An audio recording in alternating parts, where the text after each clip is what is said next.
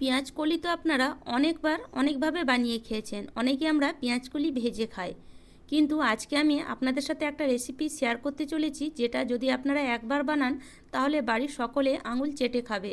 খেতে খুবই টেস্টি হয়। রুটি, পরোটা, রাইস যে কোনোর সাথে আপনারা সার্ভ করতে পারেন। তো তার জন্য দেখুন, কিছুটা পরিমাণ পেঁয়াজ কলিকে আমি এইভাবে একটু লম্বা করে পিস করে কেটে নিচ্ছি। পেঁয়াজকলিটা কেটে ভালো করে প্রথমে ধুয়ে এটাকে ছেঁকে নেব। তো চলুন, ধুয়ে ছেঁকে দিয়েছি। ততক্ষণ গ্যাসের মধ্যে একটা কড়াই বসিয়ে দিয়ে দিলাম সর্ষের তেল। তার সাথে সাথে হাফ চামচ 5 ফোড়ন, একটা শুকনো লঙ্কা, আর এইভাবে কেটে নিয়েছি কিছুটা পরিমাণ পেঁয়াজটাকে কিছুক্ষণ ধরে ভেজে নেব।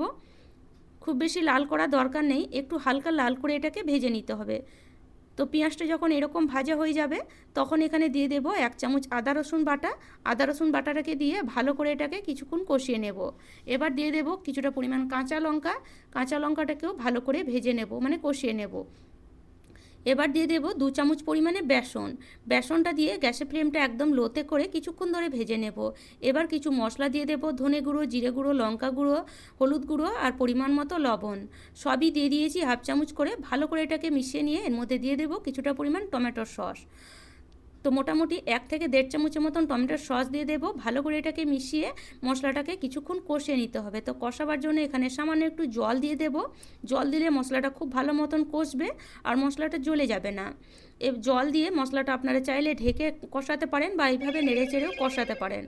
তো মশলাটা এইভাবে নেড়ে চেড়ে কিছুক্ষণ কষিয়ে নিয়েছি। দেখতে পাচ্ছেন মশলা থেকে তেল বেরিয়ে এসেছে।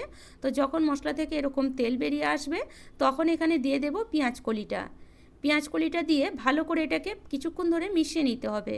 তো গ্যাসের ফ্লেমটা এই সময় মিডিয়ামে করে দেব আর কিছুক্ষণ ধরে এটাকে মিশিয়ে নেব। কিছুক্ষণ পরেই দেখবেন পেঁয়াজ কলিটা একটু সফট হয়ে আসবে। তো ভালো করে যখন মশলাটা মিশে যাবে, তখন এর মধ্যে গ্রেভির জন্য কিছুটা পরিমাণ জল দিয়ে দিচ্ছি। হাফ কাপের মতন জল দিয়েছি। এবার ভালো করে এটাকে মিশিয়ে নিয়ে মোটামুটি 5 থেকে 7 মিনিট ঢাকা দিয়ে দেবো, যাতে পেঁয়াজ কলিটা সেদ্ধ হয়ে যায়। 7 মিনিট পর দেখতেই পাচ্ছেন পেঁয়াজ কলিটা একদম সেদ্ধ হয়ে গেছে, আর দেখতে পাচ্ছেন কত সুন্দর এটা সবজি মানে তৈরি হয়ে গেছে। পেঁয়াজ কলি আমরা সাধারণত ভেজে খাই, কিন্তু এইভাবে বানিয়ে দেখবেন, খেতে খুবই টেস্টি হয়। উপর থেকে একটু ধনেপাতা দিয়ে দিলেই আমাদের পেঁয়াজ কলির সবজি একদম রেডি। রুটি, পরোটা, রাইস যে কোনোর সাথে সার্ভ করতে পারেন।